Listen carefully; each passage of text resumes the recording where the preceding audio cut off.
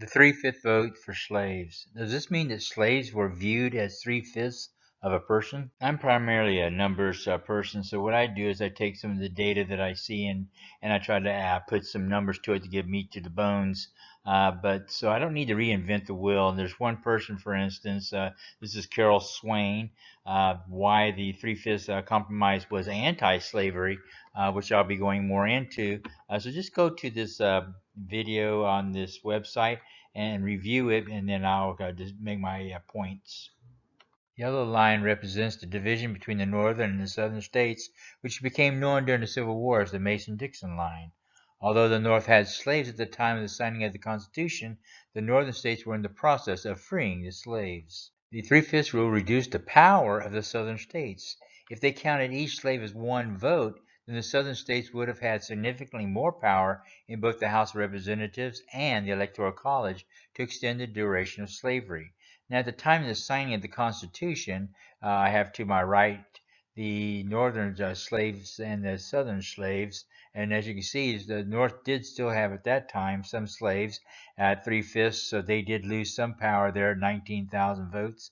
But the southern slaves, they lost a total of 164,000 votes by this 3 years. So it did reduce the South at that period of time. But what really is interesting is the founding fathers weren't just looking at the current time; they were looking into the future, 50, 100 years from then. So they were forward thinking. Therefore, the reduction of slaves as three-fifths vote did not diminish the value of the slaves as lesser people. It actually benefited in the elimination of slavery.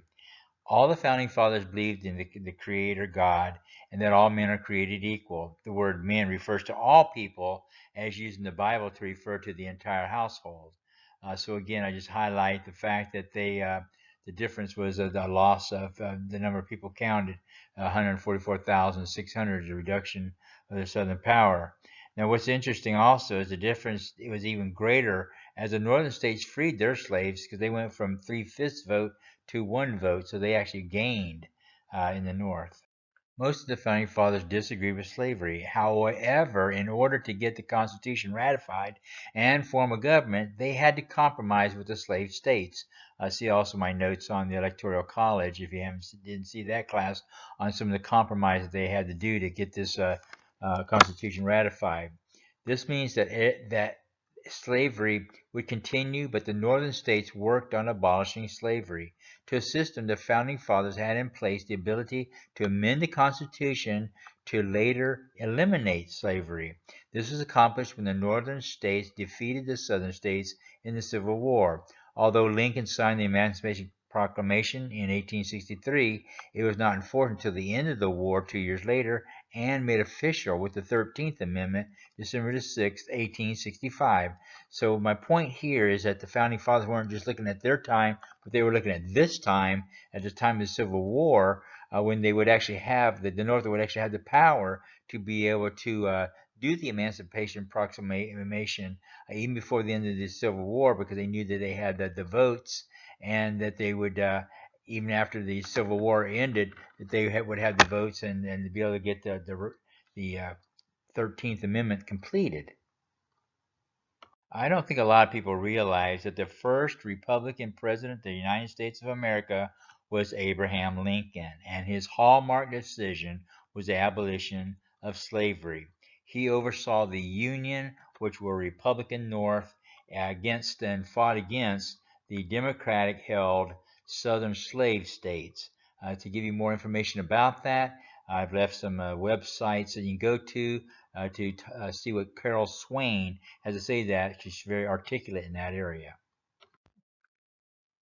So as you can see, this is the electoral map for that election that elected Abraham Lincoln, and you can see how the breakdown is. That then also I superimposed the northern and the southern states. Now you notice the green states, Maryland, Kentucky, and Missouri, were actually borderline states. They were still part of the Union. They didn't break off and secede from the Union, but they were still considered slave states. So they will be considered slave states in my next slide. If you go to the website below, you'll see this data to my left. is arranged according to population, but I put it in Excel and rearranged it according to slave population, so you can see the difference between the North and the South.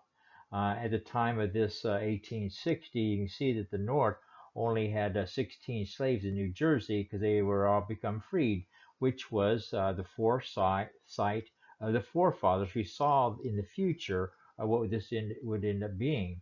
And Kentucky, Maryland, and Missouri were borderline states, and even though they never succeeded, they were still part of the Union.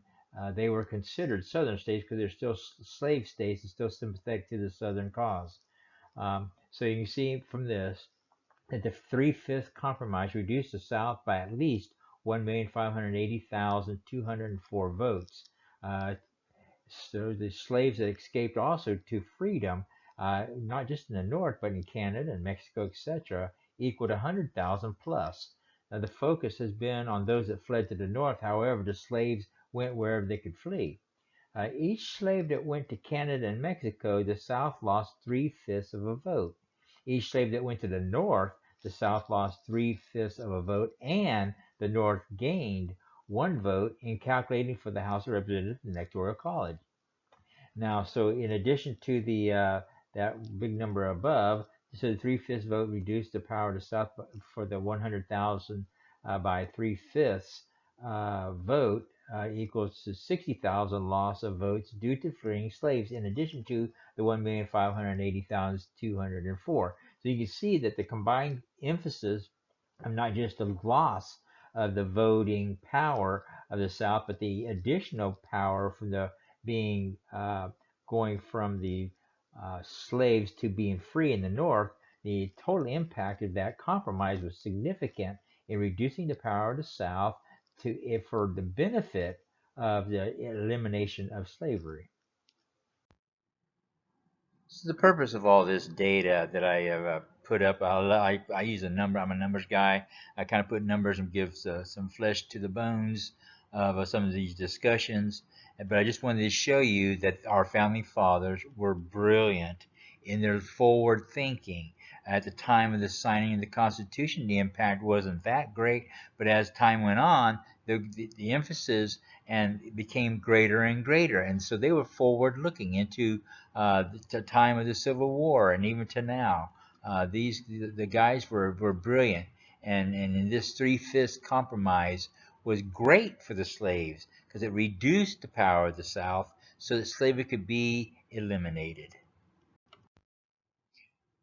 I'd like to end this lesson with another video by Carol Swain, The Inconvenient Truth About the Republican Party. It has not everything is about the slavery, but most of this is, and I think it's a good summary of this lesson. And now you know more of the story. Stay tuned. This is John McCamick with Truth University. Good day.